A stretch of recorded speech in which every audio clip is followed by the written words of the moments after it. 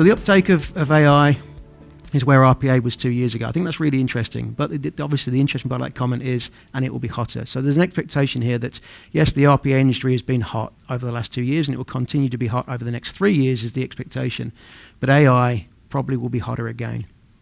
Now that only really happens, it's only really possible with RPA technology executing some of that intelligence that you're getting from all of your data. Again, in terms of that growth, and when you talk about asset value of a business, we are considered one of the fastest, if not the fastest growing software businesses in history. We are the fastest growing software business in the Japanese history. So market by market, it's an incredible story. But to be fair and to be frank, those valuations, they fluctuate over time. So, next month it might be Blue Prism at the top, and the month after that it might be Automation Anywhere. So the point of this message really is there's significant amount of venture capitalist investment in this sector.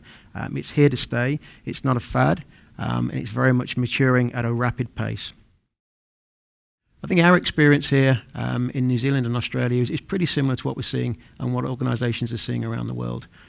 So based on your survey earlier, again, these numbers are pretty consistent, but you'll see that the vast majority of organisations are already live. Now, I think the interesting thing there is that what does that mean? Very few organisations are in a stage of what we call industrialisation. I was fortunate enough to present with Deloitte in Perth a few months ago, and they had a nice slide up there, and basically something like 57% of organisations are in that sort of let's call it a production, live production, or a pilot phase, but only 3% have reached a point of industrialization. So what does that mean? It means there's an awful lot of road to travel along to get to a point of maturity with an RPA or an automation program. So in terms of robotic adoption, again, this is quite interesting. So currently, you'll see the number of organizations, they're in fairly early stages of what we would call a program. But they're all anticipating over the next 3 years that investment will continue, and that scale and that adoption will continue significantly. I think it's interesting when you look at this, again, it's a global survey.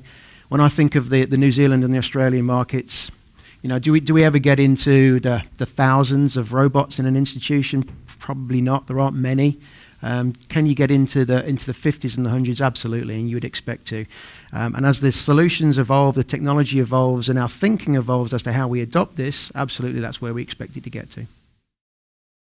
And again, the numbers are vast, and we don't expect necessarily to always see those sort of numbers in a market like New Zealand or Australia. We don't have the same sort of scale. We don't have thousands of people in shared service centres, but we're also high-cost markets as well, so people are expensive down here, and customers still expect that same experience they're expecting elsewhere around the world. So the benefits are real, and when you start talking about a relatively short time frame to deploy a solution relative to the way that we used to do it, which was system integration, new platforms could take 6 months, could take 12 months, could take 5 years, subject to the nature of that.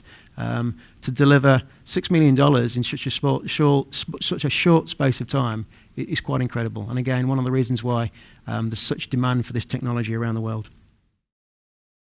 Obviously, when a lot of organizations think about RPA, they start to think about cost out of a business. And I think that's changing as we evolve. I think the conversation is moving away from just purely cost out. It's time back to the business.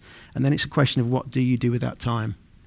Most businesses are under significant pressure, whether it be cost pressure or time pressure, customer experience, digital transformation. There's a lot of pressure in a business, and RPA and automation is a tool in the kit bag to help alleviate some of that stress. And there's many other aspects as well, from a business benefit perspective. And like I say, a lot of people start talking about cost out of a business when they talk about RPA programs, but more and more that's shifting to time back to the business, customer experience, but also something that's been spoken about more and more globally is employee satisfaction. Nobody likes doing meaningless non-value add tasks. So we can remove those through technologies such as RPA and AI. It's going to make the workplace an awful lot more inspiring place to be. Does it solve everything? No, and I think then again, anybody that's been on this journey for a while realises that RPA isn't all things to all people. It can't solve everything. Again, another reason why building up an effective centre of excellence, engaging with a partner like Quanton to help you understand process candidacy, Just because it's a problem doesn't mean to say that you should be solving it through RPA. Should it be as part of your strategic core platform roadmap? Should it be automated at all? Those are some of the questions that need to be answered.